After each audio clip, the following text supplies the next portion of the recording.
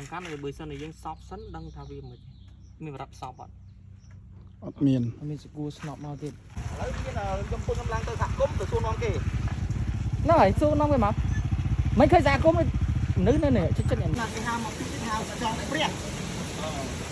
ហើយវាចាប់អីហ្នឹងអត់អីទេអត់អីទេ បាទអ្នកឡាញ់សត្វព្រៃបាទ អូយកអានេះទៅក្នុងអស់វិញអស់មកបាយហ្នឹង បាយហ្នឹង មិនចេះថានេះគាត់ណាគេតែយើងថ្ងៃនេះតែ6នាក់ណាបើយក មកមកហើយគេពឹងថត់មកផ្លាក់អើយ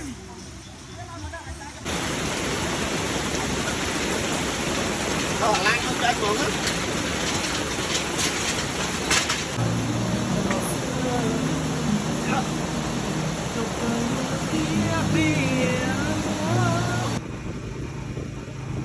សួស្តីអ្នកទាំងអស់គ្នាឥឡូវនេះយើងចេញដំណើរពីភ្នំពេញឆ្ពោះទៅខេត្តកំពង់ឆ្នាំង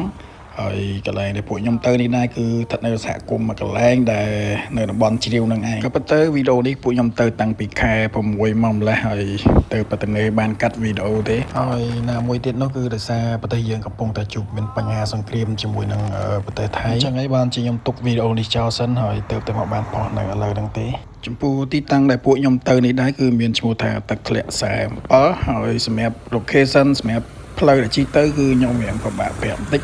បើសិនជាអ្នកនរគ្នាចង់ទៅអាចឆាតសួរខ្ញុំបាន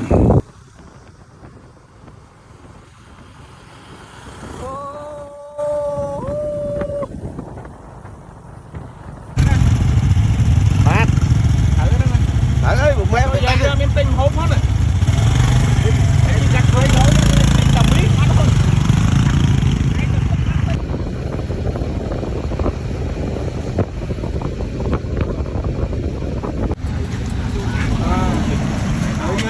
មកដល់ទីតាំងទិញសាច់គោគោសសធម្មជាតិថ្មីបងបាទហ៊ុនទៅចៃមកទិញនៅណា មានអីយ៉ានឹងបងមិនតាមណា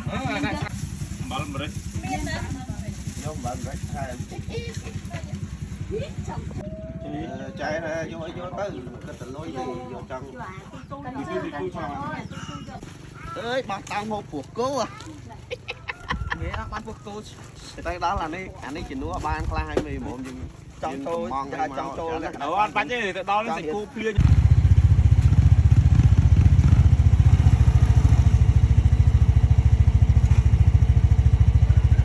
ចំពោះអាហារញ៉ាំបើសិនជាអ្នកទាំងអស់គ្នាអត់ចង់វិចទៅសំពីងសំពងញ៉ៃដូចពួកខ្ញុំទេគឺចាំទៅដល់នោះក៏បានដែរព្រោះគេមានសហគមន៍គេមានសេវាកម្មមកយើង24ម៉ោងតែសម្រាប់ពួកខ្ញុំគឺពួកខ្ញុំទិញម្ហូបទៅធ្វើខ្លួនឯងខ្លះហើយនឹងយើងកំងពីខាងសហគមន៍ខ្លះអញ្ចឹងពីខ្ញុំទៅបើសិនជាអ្នកទាំងអស់គ្នាទៅលេងនៅតំបន់ហ្នឹងគួរតែជួយទិញម្ហូបអាហាររបស់ពួកគាត់ខ្លះទៅដើម្បីយើងចូលរួមចំណែកទៅដល់សហគមន៍ អ្នកទាំងអស់គ្នាឥឡូវយើងបានមកដល់ជិតជើងភ្នំហើយតែ វ៉ាវ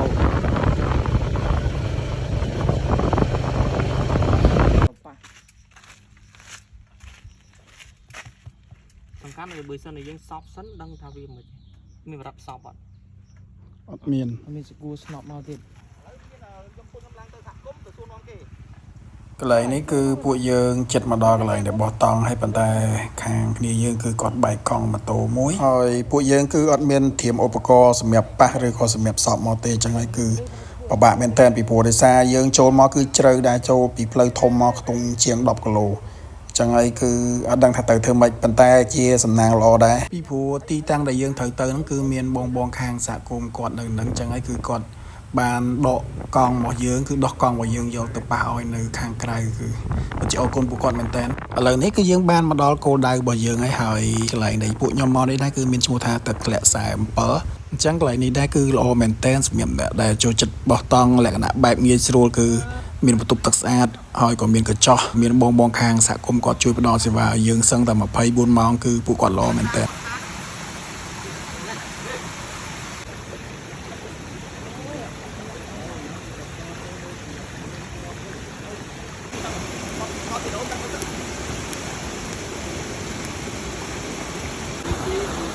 អ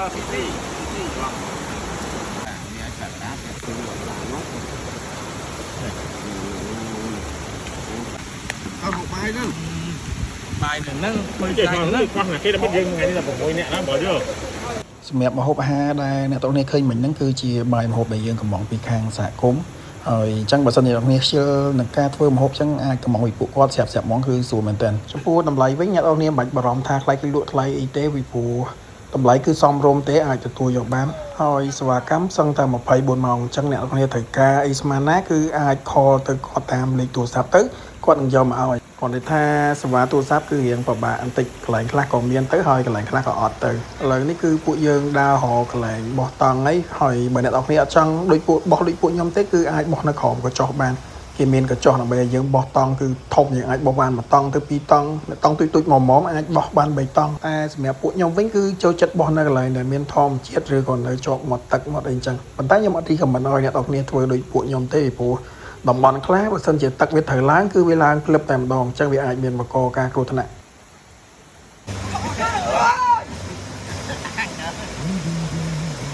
bán đấy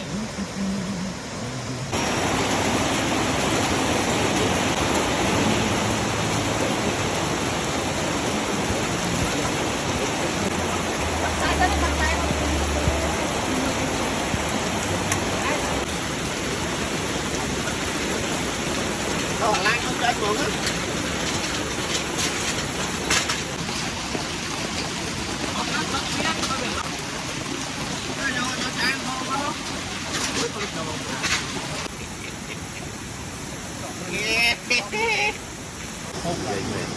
quấy cái miên đó Kim Trâm quấy Kim Trâm thì anh vì ăn nhiều con cú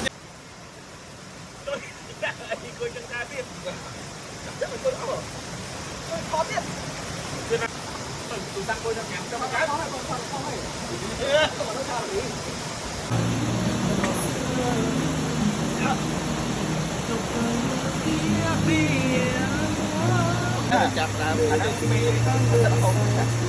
ở đâu giá đấy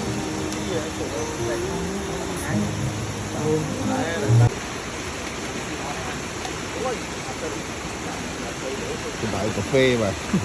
vô cà phê cà phông mất đâm đồn biết đó anh sẽ là đánh đặt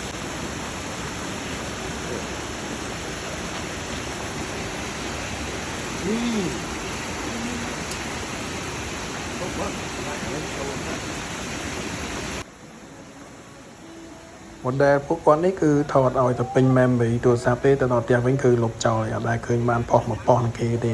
អញ្ចឹងបន្ទាប់ពីយើងថតរូបថតអីហើយយើងក៏នាំគ្នាងូតទឹកងូតអីមុននឹងត្រឡប់ទៅផ្ទះវិញប៉ុន្តែមុននឹងត្រឡប់ទៅផ្ទះគឺខាងសហគមន៍បងខាងសហគមន៍គាត់ថាមានផ្លូវមួយឡើងទៅលើភ្នំកន្លែងហ្នឹងគឺមានគេធ្វើរៀនហាលរបៀបថាយើងអាចបោះតង់បោះអីនៅលើហ្នឹងបានគឺធ្វើធំមែនតើប៉ុន្តែគាត់នៅហ្នឹងគឺវាអត់មានទឹកលេងទេអញ្ចឹងចូលទៅមកឲ្យកុំឲ្យខាតជើងអញ្ចឹងយើងក៏នាំគ្នាជិះឡើងទៅមើល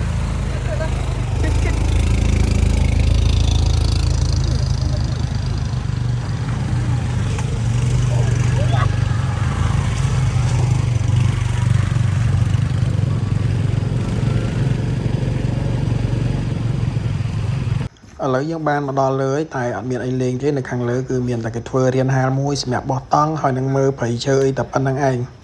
អញ្ចឹងសម្រាប់វីដេអូថ្ងៃហ្នឹងគឺមានតែប៉ុណ្្នឹងទេអរគុណសម្រាប់ការតាមដានបាយបាយ